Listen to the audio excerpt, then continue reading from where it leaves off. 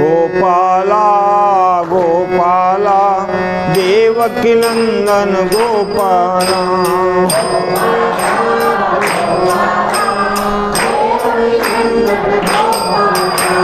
गोपाला गोपाला देवकी नंदन गोपाला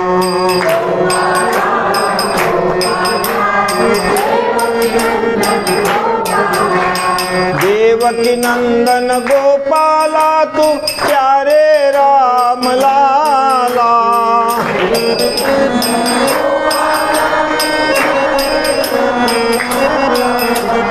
देवकी नंदन गोपाला तू प्यारे राम लाला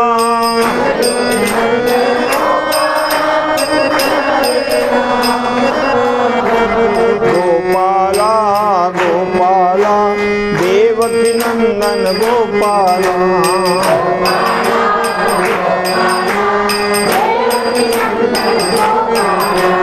गोपाला गोपाला देवकी नंदन गोपाला काही चांगली वाजवा देवकी नंदन गोपाला तू प्यारे राम लाला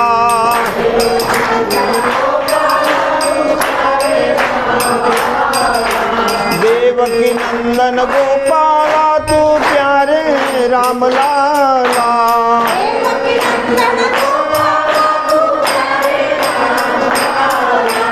गोपाला गोपाला देवकी नंदन गोपाला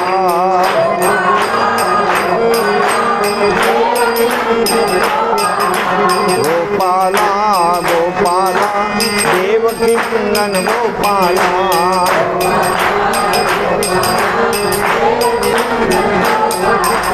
गोपाला गोपाला देवकी नंदन गोपाला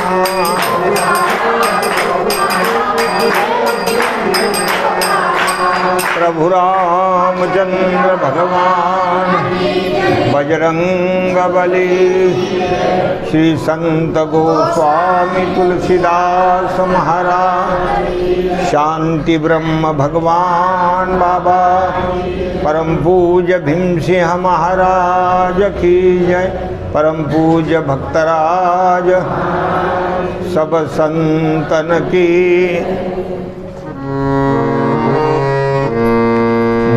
नीलाम श्यामल कोमलांगं सीता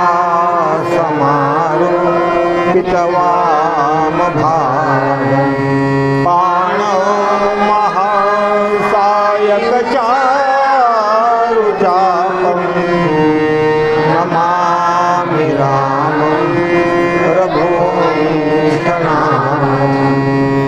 अतुलितवरधामं हेमशैलाभदेहं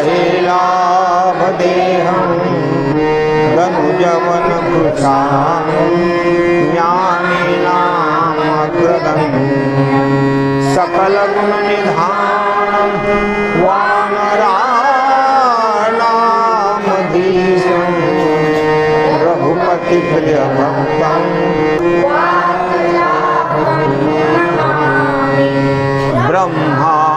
ब्रह्माम्भोधिसमुद्भवं कलिमलप्रध्वंसनं चाभयं श्रीमच्छम्भुमुखेन्दुसुन्दरवरे संशोभितं सर्वदा संसारामयभेषजं सुखकरं श्रीजानकीजीवनं धन्यास्ते पुकिनं पिबन्ति सततं श्रीरामनामामृतम् पापहरं सदा शिवकरं विज्ञानभक्तिप्रदं मोहमलापहं सुविमलं हेमाम्बुपूरं निदं भक्त्यावगाहन्ति ते संसार पतंग घोर किरणे दह्यन्ति नो मानवा भक्ति भक्त भगवंत गुरु चतुर नाम वपुले जिनके पदवंद मुझे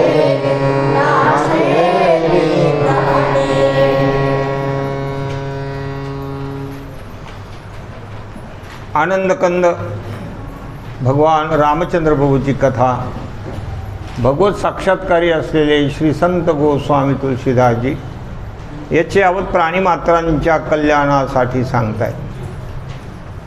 रामचरित मानस या सरोवराचं हे रूपक आहे. या रामचरित मानस सरोवरामध्ये काय काय आहे याची थोडी पार्श्वभूमी गोस्वामीजींनी आपल्यासमोर मांडलेली आहे. इथे जे चारही बंधूंचं चरित्र आहे, बालचरित्र, अवलोकनी, बोलनी, मिलनी, प्रीती, परस्पर हास. काल आपण बघितलं होतं की राम, लक्ष्मण, भरत आणि शत्रुघ्न एकमेकामध्ये जी दृष्टी आहे, बघणं आहे, ते अत्यंत प्रेमानं अवलोकन करणं आहे. बोलतील तर जसं काय अमृताचा वर्षाव आहे. शब्द जैसे कल्लोळ अमृताचे. एकमेकाशी बोलतील तर असं अमृताचा वर्षाव होतो इतकं ते बंधूमध्ये गोड बोलतील. मिलनी म्हणजे एकमेकामध्ये भेटणं, एकमेकाबरोबर खेळणं, सर्वच गोड, त्यांचं सर्वच गोड. अशा प्रीती, परस्पर हास, एकमेकावर असलेलं प्रेम, एकमेकाकडे बघून हसणं, हे सगळं अत्यंत उत्कृष्ट. हे सगळं आपल्या जीवनामध्ये घेण्यासारखं आहे. भायप भली चहू बंधुकी. भायप म्हणजे भाईपणा, ज्याला आपण बंधुपणा म्हणतो. भाऊ जे भाऊ आहेत त्यांनी कसं वागायला पाहिजे, कसं राहायला पाहिजे, हे सगळं या ठिकाणी. जल माधुरी सुभाष, त्याच्या मानुस्वरामधलं जे काही पाणी आहे त्याच्यातलं ते माधुर्य आहे. या चार बंधूंच्या ज्या बाललीला आहेत ते या मानस सरोवरामधल्या पाण्याचं माधुर्य आहे, त्या पाण्याचा सुगंध आहे. अशा प्रकारचं इथपर्यंत आपण बघितलं होतं. आरती विनय दीनता मोरी लघुता ललित सुबारी थोरी अद्भुत सलील सुनत गुणकारी आस पियास मनोमल हारी. आरती विनय दीनता थोरी. आता हे जे पाणी असतं हे त्यात दोन प्रकार असतात. एक हलकं असतं आणि एक भारी असतं, जड असतं पाणी. जर एखाद्या पाण्यामध्ये आपण पोहायला लागलो तर जे पोहणारे मुलं आहेत ते सांगत असतात, अरे या विहिरीचं पाणी खूप जड आहे. जड आणि हलकं म्हणजे जे एकदम हलकं वाटतं पोहायला, पण कधी कधी खूप जोरजोराने आपल्याला हात मारावे लागतात, त्याला कोणतं पाणी म्हणतात? जड पाणी. हे पोहणाऱ्याला माहीत असतं, आहे की नाही? हां, पिण्यात पण फरक असतो. तसंच ह्या पोहण्यामध्ये सुद्धा ज्याला पोहता येत असेल त्याच्यासाठी हे त्याला बरोबर कळून जातं की हलकं पाणी कसं आणि जड पाणी कसं आहे.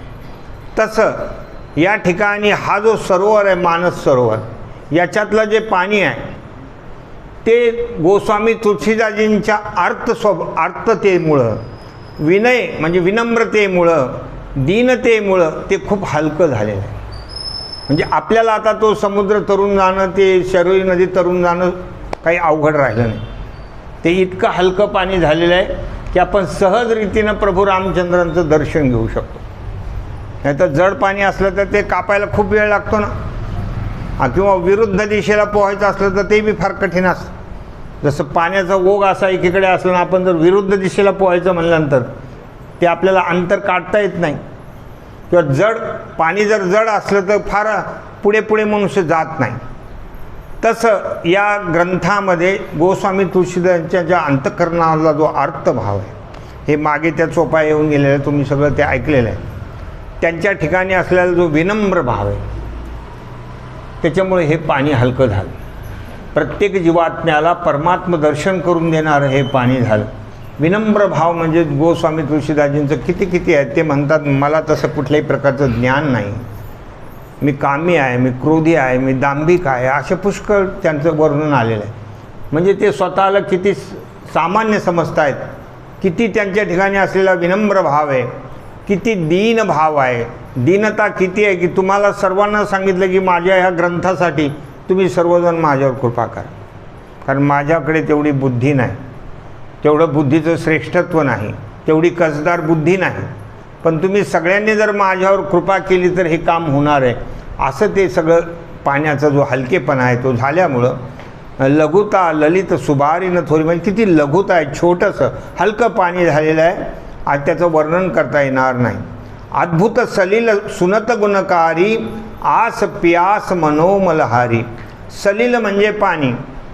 या सरोवरामधलं, मानस सरोवरामधलं, रामचरित मानसमधलं जे काही पाणी आहे ते अद्भुत आहे, अद्भुत आहे. हो, कारण ते नुसतं ऐकलं तरी गुण येतो. त्याच्यामध्ये स्नान करणं, ते ग्रहण करणं, तीर्थ घेणं, मग तर बोलून नुसतं ऐकलं तरी. म्हणून त्याला अद्भुत शब्द सांगितलेला आहे. अद्भुत कशाला म्हणतात की अद्भुत ते अचाटची बोलणे, अद्भुत रस. कधी कधी माणसं असे बोलताना सुद्धा अद्भुत रस निर्माण करत असतात बघा. गप्पा गप्पामध्ये अद्भुत रस. दोन शेतकरी बसले तर त्यांनी सांगितलं मी एवढं लांब शेत बघितलं, एवढं लांब शेत बघितलं, इकडून पेरायला सुरुवात केली, तिकडच्या टोकाला जाईपर्यंत मागे काढायला आलं, म्हणजे इतकं लांब शेत. म्हणजे अद्भुतच गोष्ट झाली की नाही. तो दुसरा होता तो त्याच्यापेक्षा जास्त. तो म्हणला ते जायकवाडीचे जे सिमेंटचे पाईप असतात ना, ते मी एवढा लांब पाईप बदला, एवढा लांब पाईप बघितला, इकडून 4 वर्षाचं पोरगं सोडलं, तिकडून म्हातारं होऊन गेलं. असं म्हण. बाप बाप बाप बाप म्हणजे एवढा लांब पाईप कुठं बसला असं बा, म्हणजे तुझ्या शेतात, दुसरीकडे कुठं बसणार. असे काही अद्भुत गोष्टी असतात. एक जण म्हणला मी ते भगुणं असतं ना भाजी करायचं, एवढं मोठं भगुणं पाहिलं की त्याला 8 तांबटकरी घडीत होते. 8 तांबटकरी त्या भगुण्याला घडीत होते, तर याचा आवाज त्याला येत नव्हता. एकच भगुण, याचा आवाज त्याला येत नव्हता, एवढं मोठं भगुण. तो म्हणलं ते तर काहीच नाही, मी एका शेतामध्ये एवढं मोठं वांगं पाहिलं, एवढं मोठं वांगं पाहिलं की एका ट्रकात एकच वांगं. म्हणजे एवढं मोठं वांगण त्याची भाजी कशात करायची, म्हणजे तो आहे भगुण्यात. असे याला अद्भुत म्हणतात. अद्भुत म्हणजे आचाटीचं बोलणं. तसं अद्भुत सलील या मानस सरोवर, या शरीरमयामधलं जे सलील म्हणजे जे तीर्थ आहे, पाणी आहे, ते अद्भुत आहे. अद्भुत का शब्द वापरला, का सुनत गुणकारी. नुसतं ऐकलं तरी आपल्यात फरक पडतो, आपलं कल्याण होतं. नाही एखाद्या वेळेला आपल्या ग्रंथाचं वाचन झालं, नाही काही अभ्यास घडला, तर नुसतं रामायण ऐकलं तरी सुद्धा माणसाचं काय होतो, उद्धार होतो. म्हणून ते अद्भुत आहे. अद्भुत सलील सुनत गुणकारी आस प्यास मनोमलहारी. या ठिकाणी हे पाणी घेतल्यानंतर आशारूपी जी तहान आहे ती संपून जाते. कारण सगळं दुःखाला कारणीभूत काही असेल तर ती आशा आहे. आशा या परमम दुःखम परमम सुखम पिंगला. वा, या भागवतामध्ये असतो. मला वाटतं एकादशी स्कंदातला 8व्या अध्यायातला शेवटचा श्लोक आहे. आशा या परमम दुःखम. आशा जिथं आली तिथं दुःखच आहे. आशेपाशी अवघे दुःख म्हटलेलं आहे. मग आशा जिथं संपून जाते तो मनुष्य सुखी होतो. म्हणजे या पाण्याचा गुण असा आहे, या तीर्थाचा गुण असा आहे, आस पियास म्हणजे आशारूपी तहान संपून जाते. नाहीतर ही आशारूपी तहान संपत नाही.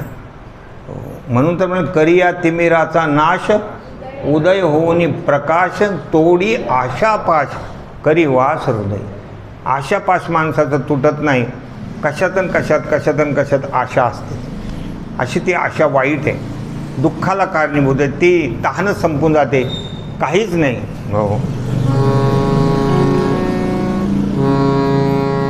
आम्ही तरी आस झालो टाकोनी उदास, आता कोण भय धरी. आता कोण भय धरी, पुढे मरणाचे हरी, आता कोण भय धरी. बघा तुम्ही तुकोबारायचं प्रमाण आहे. आम्ही तरी आस झालो टाकून उदास, आता निर्भय जीवन झालं, आता कोण भय धरी. म्हणजे आशा टाकली की मनुष्य सुखी होतो. म्हणजे आशा ही समूळ खणून काढावी, तेव्हाची गोसावी व्हावी त्याने, नाहीतरी सुखी असावे संसारी, फजिती दुसरी करू नये. म्हणून आशारूपी तहान संपून जाते. मनोमलहारी हे जे जल आहे या शरयूमय्याचं, या मानस सरोवरामधलं जे जल आहे ते मनातला सगळा मळ काढून टाकणार आहे.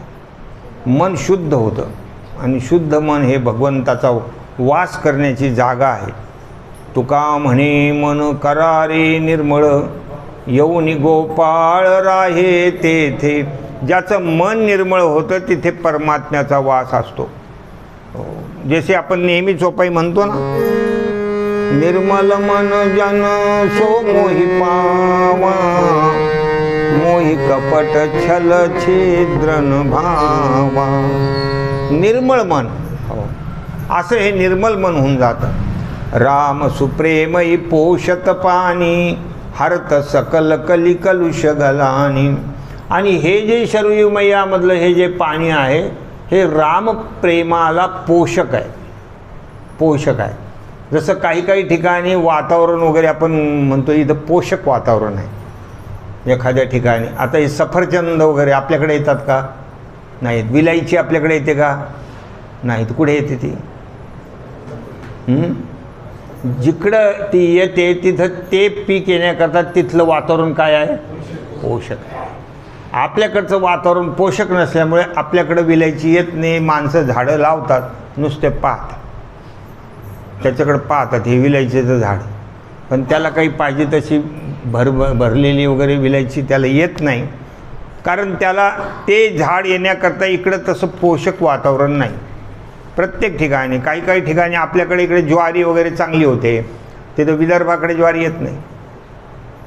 विदर्भ जरा जिथे आमची मोठी मुलगी दिलेली आहे नम्रता, तिकडे ज्वारी नाही येत. तिकडं कशाला वातावरण पोषक आहे? सोयाबीन, तूर, उडीद, मूग, याच्यासाठी तिकडचं वातावरण काय आहे? पोषक आहे. मग ते पोषक वातावरण ज्याला म्हणतं. कुठलंही पीक असू द्या, जिकडचं तिकडचं वातावरण कसं असतं? पोषक असतं. आता हे तांदूळ वगैरे येतात ते कुणीकडे येतात? कोकणामध्ये. हो, अशा प्रकारचं तिकडचं ते येण्याकरता काय आहे? तिथलं वातावरण पोषक आहे. तसं रामप्रेम आपल्याला प्राप्त करून घ्यायचं असेल तर या शरयू गंगेचं तीर्थ हे त्याला पोषक आहे, त्याला पोषक आहे. राम सुप्रेम ही पोषत पाणी, हरत सकल कली कलुष गलानी. आणि हे जल, हे तीर्थ संपूर्ण कलीचे दोष नष्ट करणारे आहे.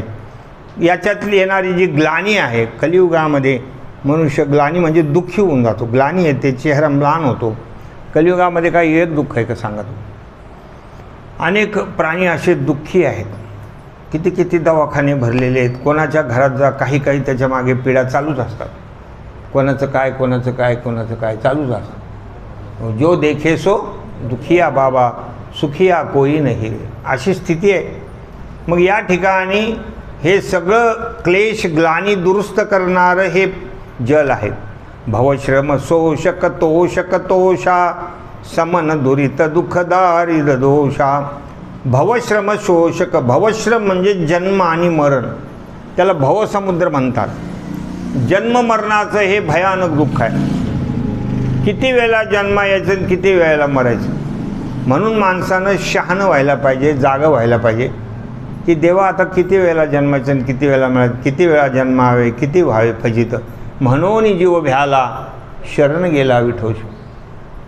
पण काही जे निलट लोक असतात त्यांना याच्याविषयी काही भीती वाटतच नाही. जसं लोक तुरुंगात जाऊन कितीतरी शिक्षा भोगतात, तरी बाहेरून मोठ्या वर मान करून म्हणतात, अरे जेल तो हमारी ससुराल आहे. हे काय निलटपणाची भाषा आहे. याला काय फार हे चांगलं थोडं म्हणतात. तर असे काही माणसं असतात त्यांना या गोष्टीचं काही घमच नाही. त्याला काय बोलावं सांगा तू. एका माणसाची बायको हरवली आणि ते बघायला लागला, माई बायको पाहिली का, याला विचार, त्याला विचार, त्याला विचार. मग एखाद्याने विचारलं, म्हणले काय नाव होतं तुझ्या बायकोचं? म्हणे फजिती. फजिती नाव होतं. म्हणले तो काय नाव आहे? म्हणले बेकूफ. तर तो माणूस म्हणला, तू आता बिनधास्त घरी जा, तुझी बायको बरोबर येते म्हणे, कारण तू जर बेवकूफ आहे तर फजिती तुला सोडून कुठं जायची नाही. फजिती तुझ्याजवळच राहणार आहे. तसं माणसं त्या ठिकाणी निलट आहेत, तर ती फजिती कुठं जाणार आहे, ते दुःख कुठं जाणार आहे. अशा प्रकारची स्थिती याला भवश्रम म्हणतात. जन्म मरण भयानक दुःख आहे. जन्माचं भयानक दुःख आहे, मरणाचं भयानक दुःख आहे. काही एक जन्म आहे का, कितीतरी वेळेला मनुष्य असं फिरत राहतो जन्ममरणाच्या चक्रामध्ये. पण हे भवश्रम शोषक हे तीर्थ आहे, ही शरूमय्या आहे, ही रामकथा आहे, हा मानस सरोवर भवश्रम शोषक, भवसमुद्र शोषून टाकणार आहे. तोषक म्हणजे संतुष्टलाही संतुष्ट करणारं, संतोषालाही संतोष देणारं, इतकं ते श्रेष्ठ आहे रामचरितमानस.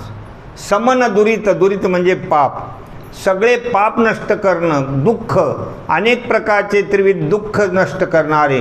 दारिद्र दोषा म्हणजे दरिद्री समाप्त करणार आहे. हे सगळंच समाप्त होतं याच्यामध्ये. अशा प्रकारचं हे रामचरितमानस आहे. काम कोह मद मोहन सावन, बिमल विवेक विराग बढावन. काम क्रोध मद मोह हे सगळे याचा नाश करणारी ही रामकथा आहे. आणि ह्या गीतेमध्ये सुद्धा बरं का रुद्र, गीतेमध्ये सुद्धा याचा असाच नंबर लावलेला आहे. काम क्रोध मोह ध्यायतो विषयान् पुंसः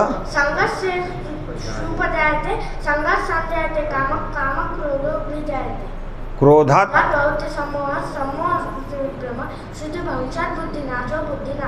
प्रणश्यती.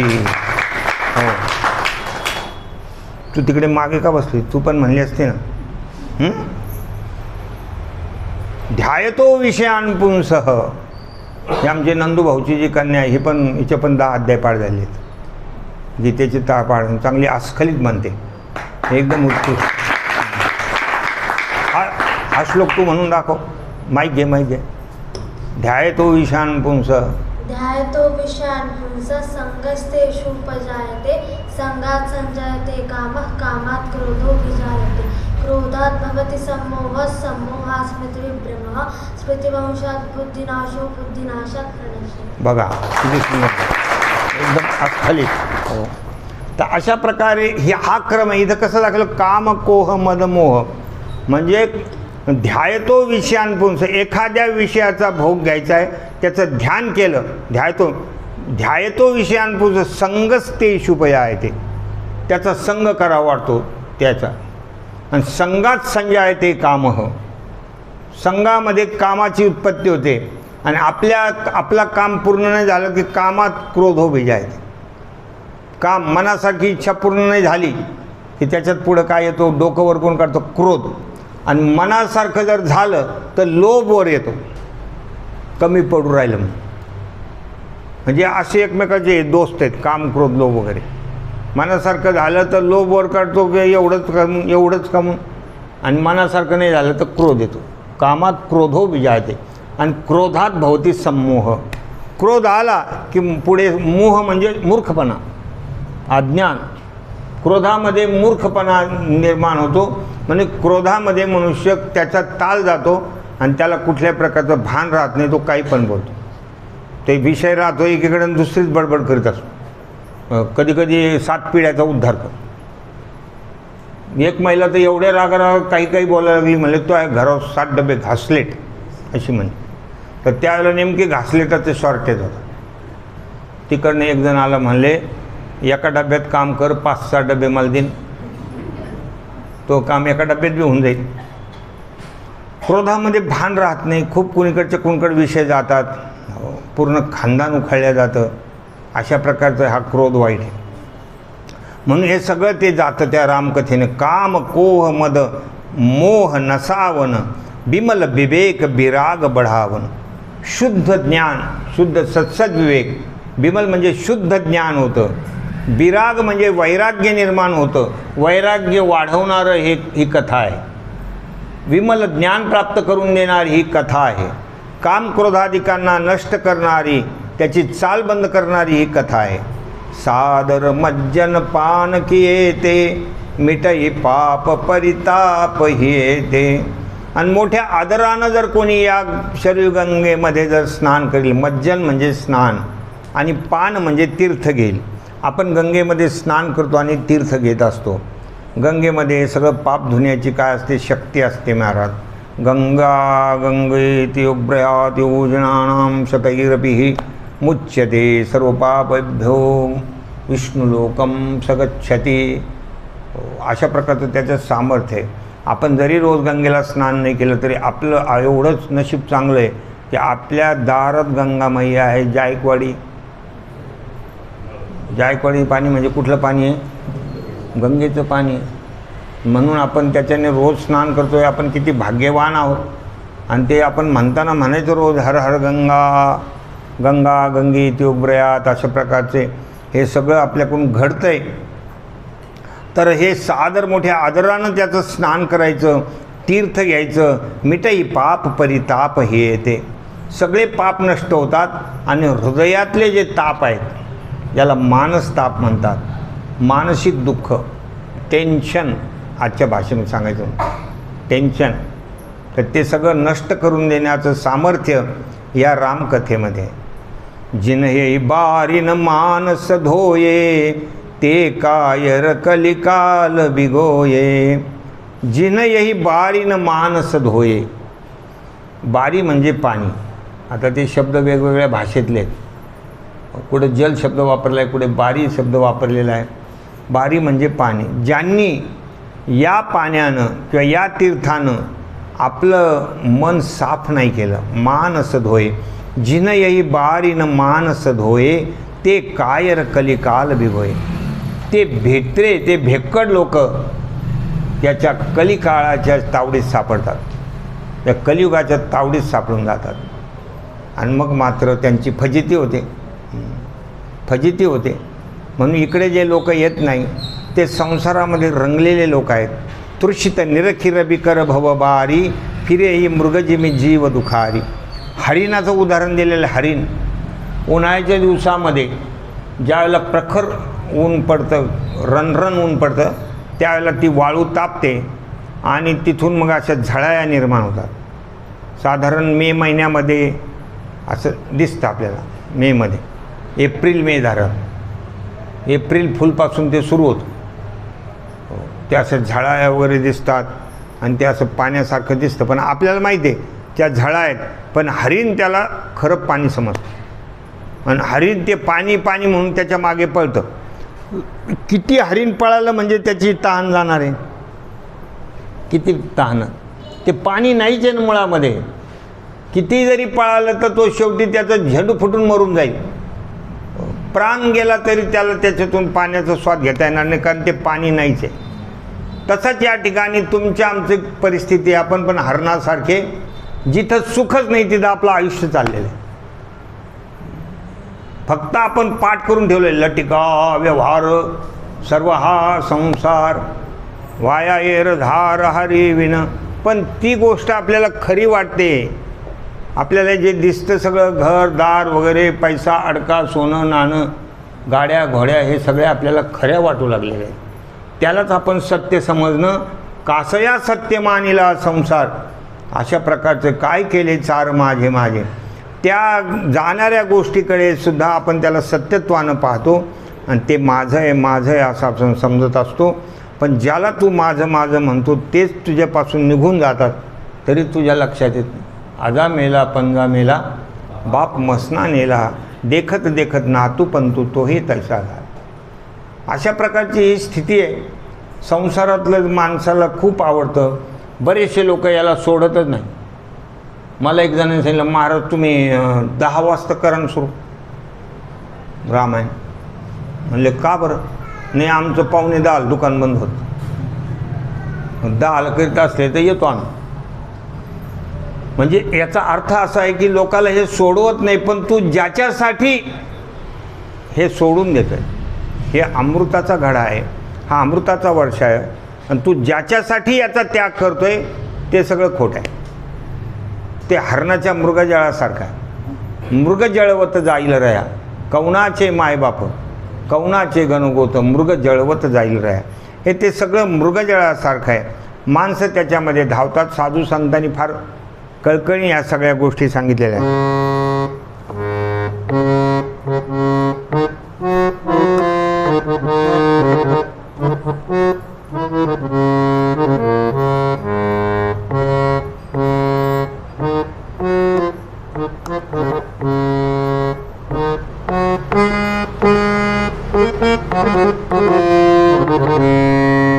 क्या गाऊं कोई सुनने वाला, क्या गाऊं कोई सुनने वाला, देखे तो सब जग ही भूला, देखे तो सब जग ही भूला, खेलो अपने राम ही साथ.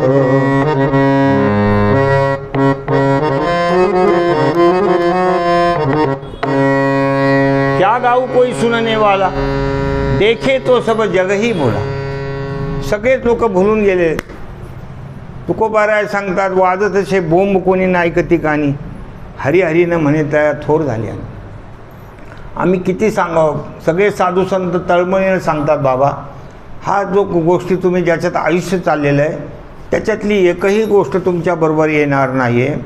चरितार्थ चालवण्यापुरतं त्याच्याकडे दृष्टी ठेवा आणि तुमच्या मनातले जे हाव हाव हाव हाय पैसा हे जे तुम्ही करतायत त्या सगळ्या पैशाची तुम्हाला किंमत तुमच्या म्हातारपणात कळेल. की तुमनं एवढं सगळं तारुण्य त्याच्यात घालून टाकलं, म्हातारपणामध्ये त्याच पैशासाठी मुलं भांडतात. त्याच्यासाठी मिळवूनी धनन लावी पोराशी भांडण. लेकरं भांडतात, त्याचे वाटे करायला बघतात, अशी स्थिती होते.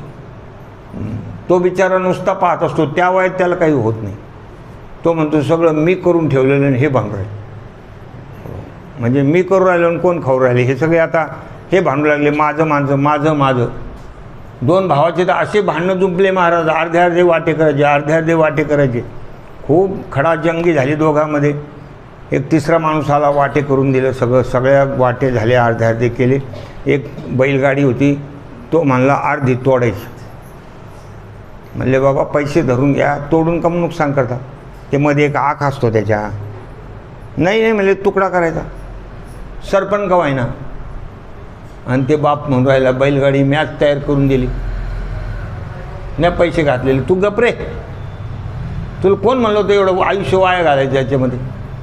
सगळं आयुष्य वाया घातलं आणि तुला ते विचारच सुद्धा तयार नाही याचं काय करायचं म्हणून. शेवटी ती बैलगाडी तोडली, अर्ध्याने असे सरपण देऊन टाकला दोघाला, काही कामाची नाही राहिली बैलगाडी.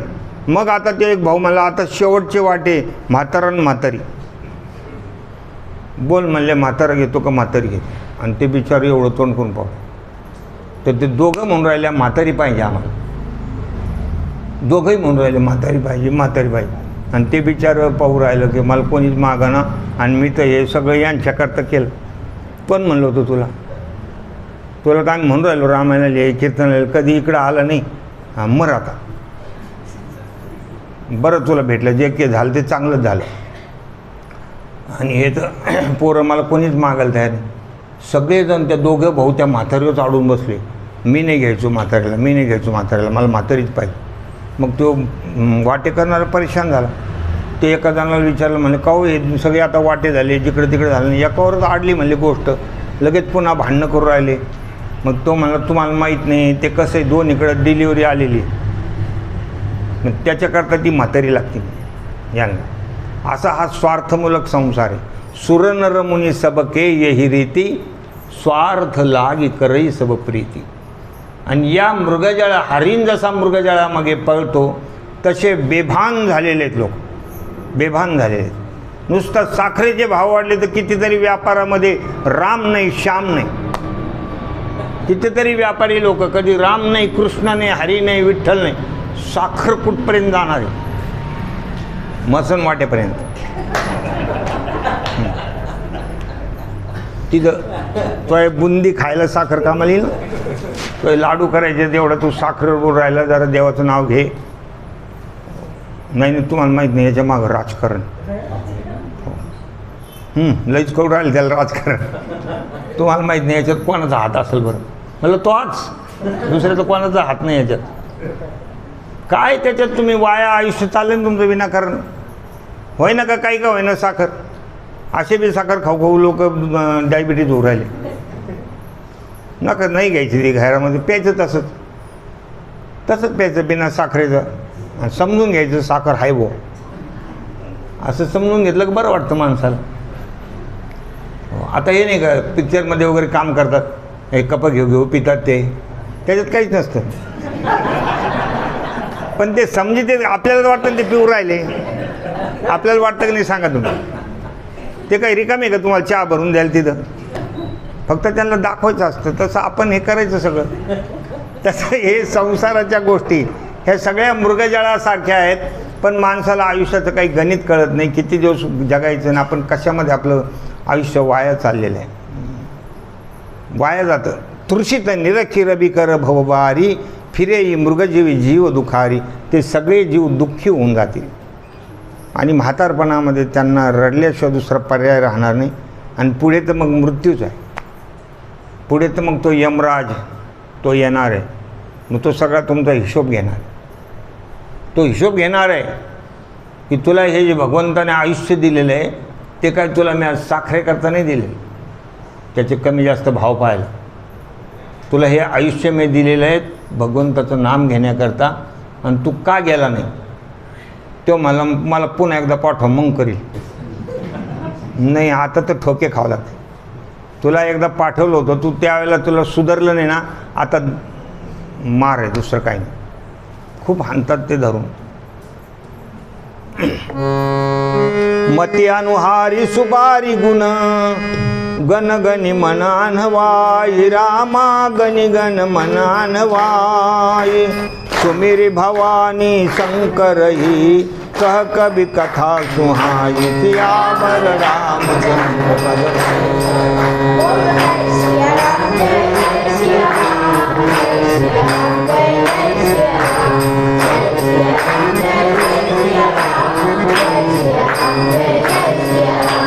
मती मानुहारी सुबारी गुणगण गणी मन अनवाई. या ठिकाणी मती अनुहारी म्हणजे मी या सगळ्या बुद्धीनं हे सगळं पाहून घेतलं की या संसारामध्ये रंगलेल्याचं काय हाल होतात ते मी पाहून घेतलं. ह्या सगळ्या गोष्टी खोट्या आहेत. ह्या इथंच सोडून द्यायच्या आहे. धनानी भूमो पश्वस्य गोष्टी भार्या गृहद्वारी जनस्मशाने देहश्चितायाम भरलोकमार्गे कर्मानुगो गच्छती जीवा एका. काय घंटा 2 घंटे लोक घरातले रडतात.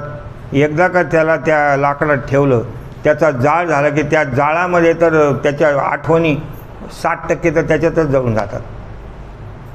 60-70% त्याच्यातच जळून जातात. नंतर 10-12 दिवस तो शोक वगैरे करतात. पण ते खरं रडणं थोडंच येत असतं.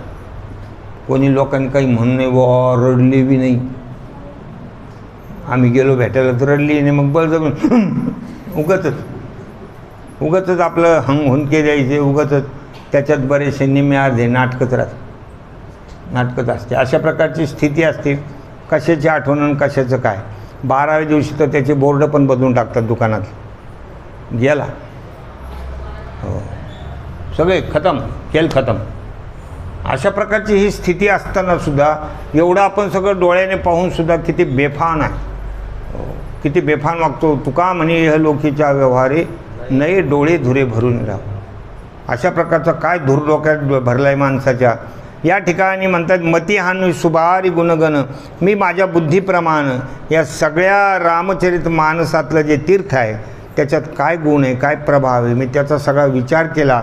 आणि मन अनवाई माझ्या मनाला मी तिथं स्नान घातलं. मन शुद्ध करून घेतलं. तुलसीदासजी म्हणतात सुमिरी भवानी शंकरई कह कभी कथा सुहाय. आता मी भवानी शंकराचं स्मरण करतो आणि तुम्हाला मी रामकथा सांगणार असं तुलसीदासजी म्हणतात. आता हे भवानी शंकर म्हणजे त्या ठिकाणी कैलासावर झालेली कथा आहे. भगवान महादेव पार्वतीला सांगतात कैलास पर्वतावर ही कथा झालेली आहे. भवानी म्हणजे भगवान महादेव आणि पार्वतीची आहे. उत्तर दिशेला काकभुषुंडी आणि गरुड जे आहेत पश्चिम दिशेला दक्षिण दिशेला ते हे याज्ञवल्क्य आणि भारद्वाज, आणि पूर्व दिशेला तुलसीदासजी आहेत, पश्चिम दिशेला हे आहेत भगवान महादेव. भगवान महादेवांचं स्मरण करतो. त्यांचं स्मरण अगोदर का केलं? कारण त्यांच्याच हृदयातलं हे असल्यामुळं, त्यांनीच या ग्रंथाचं नाव ठेवलेलं असल्यामुळं रामचरितमानस म्हणजे भगवान महादेवाच्या मनात असलेला हा ठेवा आहे. म्हणून तोच मला तुमच्यासमोर प्रगट करायचा आहे, म्हणून मी अगोदर त्यांचं स्मरण करतो. शंभुकीनय चरित सुहावा अशा प्रकारे. सुमिरी भवानी शंकरई कही कवी कथा सुहाई, अब रघुपति पद पंकरुह हिय धरी पाई प्रसाद, कहु जुगल मुनि बर्य कर मिलन सुभग संवाद. आता मी भगवान रघुपतींचे चरण माझ्या हृदयामध्ये धारण करतो आणि भगवान रामचंद्र प्रभूनं माझ्यावर केलेली कृपा, तो कृपा प्रसाद, हा कृपा प्रसाद मी तुम्हाला वाटणार आहे.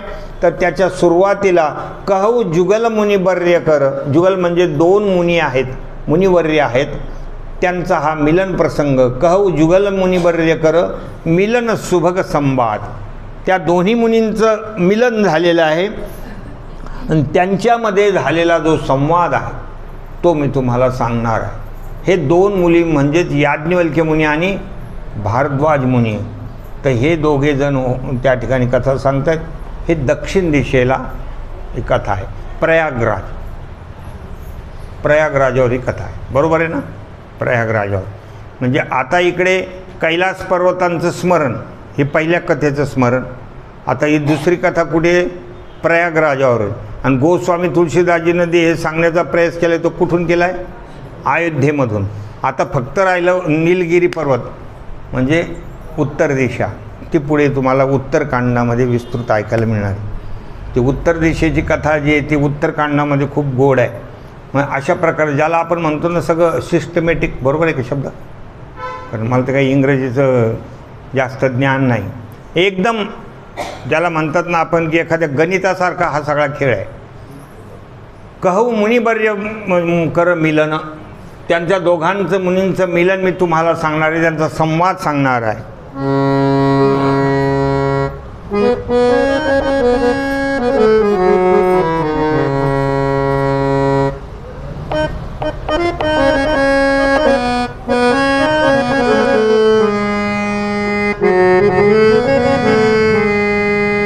भरद्वाज मुनी बसहि प्रयागा, भरद्वाज मुनि बसहि प्रयागा, तिन्हि राम पद अति अनुरागा, तिन्हि राम पद अति अनुरागा, मंगल भवन.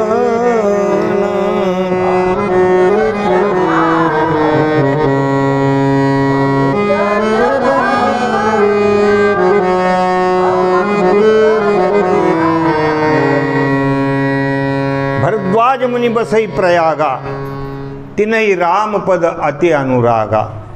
भरद्वाज मुनी प्रयागराजामध्ये राहत होते, जिथे त्रिवेणी संगम आहे. आणि त्यांचं वर्णन केलं आहे. भरद्वाज मुनी कसे होते? तिन्ही रामपद अति अनुरागा. भगवान रामचंद्र प्रभूंच्या चरणारविंदी निश्चिम प्रेम होतं. काया वाचा चित्त सगळं भगवान रामचंद्र प्रभूला अर्पण केलेले हे भरद्वाज मुनी. अति अनुरागा, अतिप्रेम, अतिप्रेम. तापस समदम दया निधाना, परमार्थ पथ परम सुजाना. ते कसे होते? तर ते तपस्वी होते, त्यागी जीवन होतं महाराज. तपश्चर्या करायची, कंदमूल फल वगैरे खायचं. ते असं खाण्याकरता जगत नव्हते, जगण्याकरता खात होते. फरक असा आहे. बरेचसे लोक तर खाऊन पिऊन घ्या म्हणतात, पुन्हा जन्म भेटेल पण भजे थोडं भेटणार. पुन्हा जन्म भेटेल पण एवढी गरम गरम जिलबी कवा भेटावं.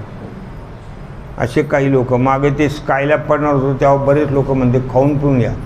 काही सांगता येत नाही. बरेचसे लोक खाऊनच मेले, इतकं खाल्लं. मग आपण जगण्यासाठी खायचं का खायसाठी जगायचं? बरेचसे लोक खाण्यासाठीच जगतात, खाण्यासाठी जगतात. असे काही काही असतात. कुठेही एखादं दिसला सोहळा, कुठं लग्न वगैरे दिसलं तर तिथं जाऊन बसतात. कपडे बिपडे चांगले घालतात. कोणी म्हणते आम्ही मुलीकडून येत, कोणी म्हणते मुलाकडून येत. असेच ना चांगली पंगत होती, लाडू बिडू होतं, बसले दोघंजण जेवायला. आणि मग त्यांनी विचारलं, म्हणजे तुम्ही कोण? नवीन दिसले? म्हणजे आम्ही मुलीकडून. तो दुसरा म्हणलं मी मुलाकडून आहे. तो मला उठा, ये 13वेचं जेवण आहे.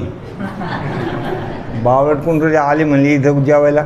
तर अशा प्रकारचे बरेचसे लोक खाण्याकरता जगतात. पण ह्यांचं जीवन त्यागी जीवन होतं. हे तपस्वी होते. कधीतरी आपलं थोडंफार कंदमूळ वगैरे घ्यायचं आणि योग सामर्थ्य असल्यामुळं, अष्टांग योग साधना असल्यामुळं तेवढ्या भुका पण लागत नव्हत्या त्यांना. त्या योग सामर्थ्य योगानं होतं ते तसं. ज्यांचे त्या देगाच्या पायऱ्या ज्यांच्या साधलेल्या आहेत त्यांना तहान भूक वगैरे लागत नाही. तहानाची पेयावी वगैरे जे वर्णन आलेलं आहे त्यांना एवढी काही भूक लागत नाही. अमृतकुपी त्यांची फुटलेली असते, तो अमृताचा स्राव होतो, त्यांना भूक तहान वगैरे एवढं काही लागत नाही. आपल्याला लागते. आपल्याला घडी एक 2 घंट्यांनी आपण इकडं तिकडं पाहतच राहतो. काही तर खातासुद्धा ताटाकडं कमी पाहते आणि दुसरीकडेच पाहतात, इकडं तिकडं. मग ती बायको म्हणते काय कमी झालं, काय कमी पडलं? नाही, जरा पापडा असते बरं झालं. काही भाजलेल्या शेंगा आहेत का, काही फुटाणे आहे का, अमुक आहे का, तमुक आहे का, चालूच असतं. आणि एवढं सगळं वाढून मी पुन्हा हात धुताना म्हणते झाला बाबा पाणी प्यायचा आधार. मग आता खातो घरातल्या लोकांना सगळ्याला. तर असे ते नाही, हे तपस्वी आहेत. तापस समदम म्हणजे जितेंद्रिय आहेत, दयेचे निधान आहेत. दया निधाना परमार्थ पथ परम सुजाना. परमार्थ मार्गातले अत्यंत चतुर, कारण परमार्थ हा चतुर लोकांचा आहे, शहाण्या लोकांचा. शहाणा तो धनी घेतोय. हे शहाण्याचा परमार्थ असतो, बावळटाचा परमार्थ नाही. बावळट लोकांचा परमार्थ नसतो. शहाणे लोक त्याला लागतात, त्यांना त्याच्यातलं कळत असतं, तेच हे करू शकतात. नाही तर भोळा माझा भावन, भोळा माझी भक्ती, असं नाही आहे. भोळा चालत नाही याच्यात चतुर मनुष्य लागतो की काय खरं आहे काय खोटं आहे हे त्याला ओळखता आलं पाहिजे. असा भोळा भाव चालत नाही. माघ मकर गत रबी जब होई, तीर्थपती आवसब कोई. माघ महिन्यामध्ये म्हणजे जसं पौष माघमध्ये मकर संक्रांतीत असते बघा. कधी आपल्या बाबांच्या सप्ताहात पण पौष महिन्यात कधी ती मकर संक्रांती येते. ते शक्यतो ती 14 जानेवारीच असते, पण कधी एखादी तारीख इकडे तिकडे होऊ शकते. कधी 15 होते, कधी 14, अशा प्रकारचं असतं. तर ते मकर संक्रांत, त्यावेळेला हा सूर्य जो आहे तो मकर राशीमध्ये प्रवेश करतो, सूर्यनारायण.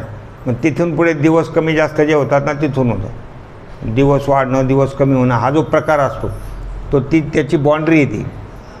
तर ज्यावेळेला माघ मकरगत रबी जब होई, त्यावेळेला तीर्थपती आवसब कोई. त्या पर्व काळामध्ये त्यावेळेला सगळे, आता सूर्यनारायण मकर राशीमध्ये प्रवेश केला आहे म्हणून त्या तीर्थपती म्हणजे तीर्थांचा हा राजा आहे प्रयागराज, त्रिवेणी संगम. तर तिथे आवसब कोई, त्या तीर्थामध्ये स्नान करण्याकरता सगळेजण येतात. कोण येतात? देव धनुज किन्नर नरश्रेणी, सादर मज्जई सकल त्रिवेणी. देव येतात, धनुज म्हणजे राक्षस येतात. राक्षस म्हणजे याचा अर्थ केवळ अशा अकराळ विक्राळ वगैरे त्याचा अर्थ नाही. तमोगुणी प्रवृत्तीचे लोक असतात, ते राक्षसातच जमा असतात. तसेही तीर्थामध्ये येतात. काही सगळेच चांगलेच लोक येतात असं काही नाही, दुष्ट लोक पण तीर्थात असतात. जसं पंढरपूरला सगळेच वारकरी नाही राहत, काही खिसे कापू पण राहतात, असे काही असतात. तर त्या तीर्थामध्ये हे सगळे येतात. देव धनुज किन्नर नरश्रेणी, अनेक मनुष्य त्या ठिकाणी येतात. सादर मज्जई सकल त्रिवेणी, मोठ्या आदरानं त्रिवेणी संगमाचं ते स्नान करतात. कोणत्या महिन्यामध्ये? माघ महिन्यामध्ये. माघ महिन्यामध्ये म्हणजे संक्रांतीच्या नंतरचा हा काळ आहे. तिथे ते स्नान करतात.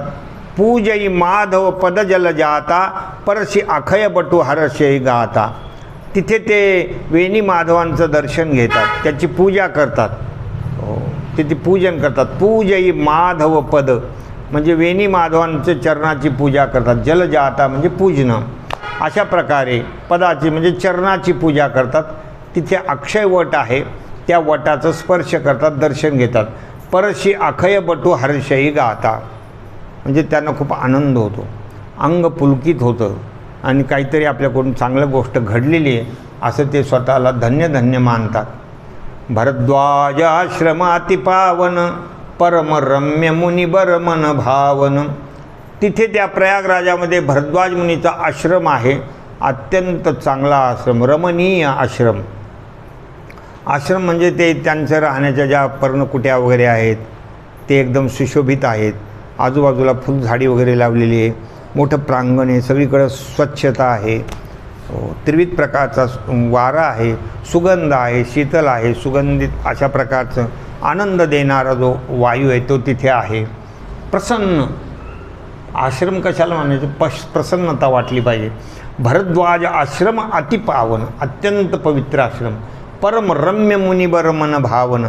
तो आश्रम भारद्वाज मुनीचा परमरम्य होता, रमणीय होता, सगळ्या मुनी लोकांना तो आवडत होता. तहा होई मुनी ऋषय समाजा जाही जे मज्जन तीर्थराजा. जे जे त्या तीर्थराजामध्ये प्रयागराजामध्ये स्नान करायला जात होते ते सगळेजण, ते सगळे ऋषींचा समाज स्नान करून कुठे येत होता, भारद्वाज मुनीच्या आश्रमामध्ये यायचा. मज्जई प्रात समेत उछाहा कही परस्पर हरिगुण गाहा. प्रातःकाळी उठायचं म्हणजे साधारण 4-5 वाजता उठायचं, गंगा स्नान करण्याकरता सकाळी सूर्योदयाच्या अगोदर उठायचं.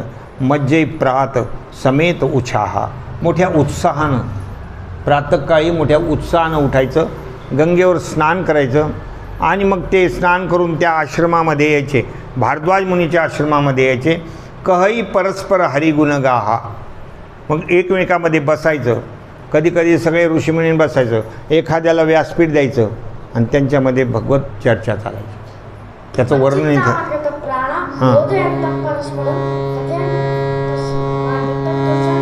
रमंतीच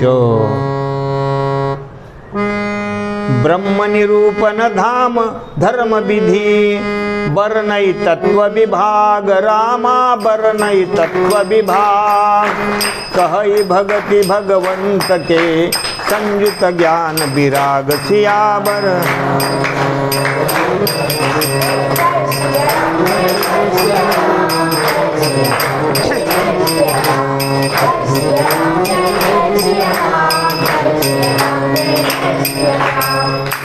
ते सगळेजण ऋषीमुनी बसायचे आणि तिथं ब्रह्मनिरूपण म्हणजे ज्ञानाच्या गोष्टी, ब्रह्मज्ञानाच्या गोष्टी. साधू संतांमध्ये इतर गोष्टी नसतात, ते संसाराच्या गोष्टी बोलत नाही. सांसारिक लोक एकमेकामध्ये भेटलं तर तुझं काय चाललं, माझं काय चाललं, अशा प्रकारच्या त्या कथा असतात.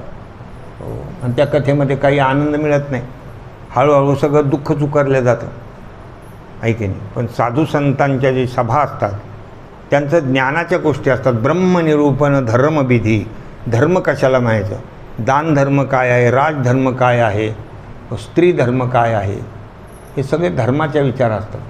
प्रत्येकाचे धर्म आहेत, प्रत्येकाचे.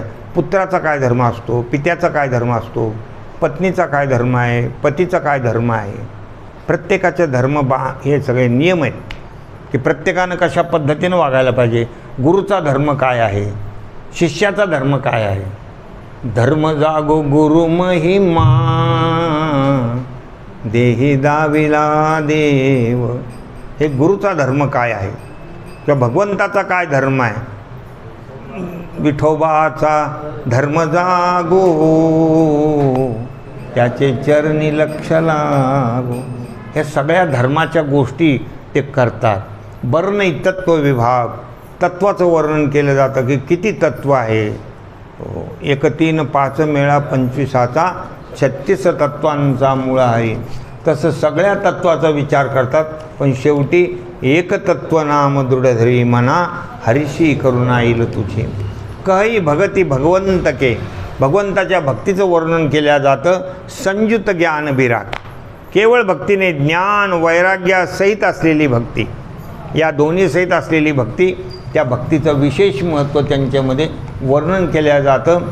अशी आता ही आपण खऱ्या अर्थानं रामकथेची जी पार्श्वभूमी आहे ती संपलेली आहे आणि आपण आता समृद्धी रोडवर आलेलो आहे.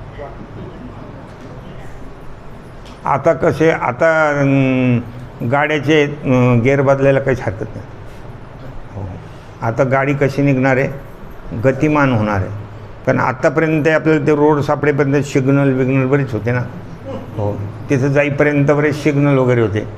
आता इथे आजपासून सिग्नल वगैरे काही राहिले नाही आणि आता याच्यावर लागलेली आपली टॉपमध्ये गाडी लागलेली. आता तुम्हाला या सगळ्या रामकथेमध्ये काय काय कथा आहेत ह्या तुम्हाला ऐकायला मिळणार आहे. तर ते आपण उद्यापासून बघणार आहोत.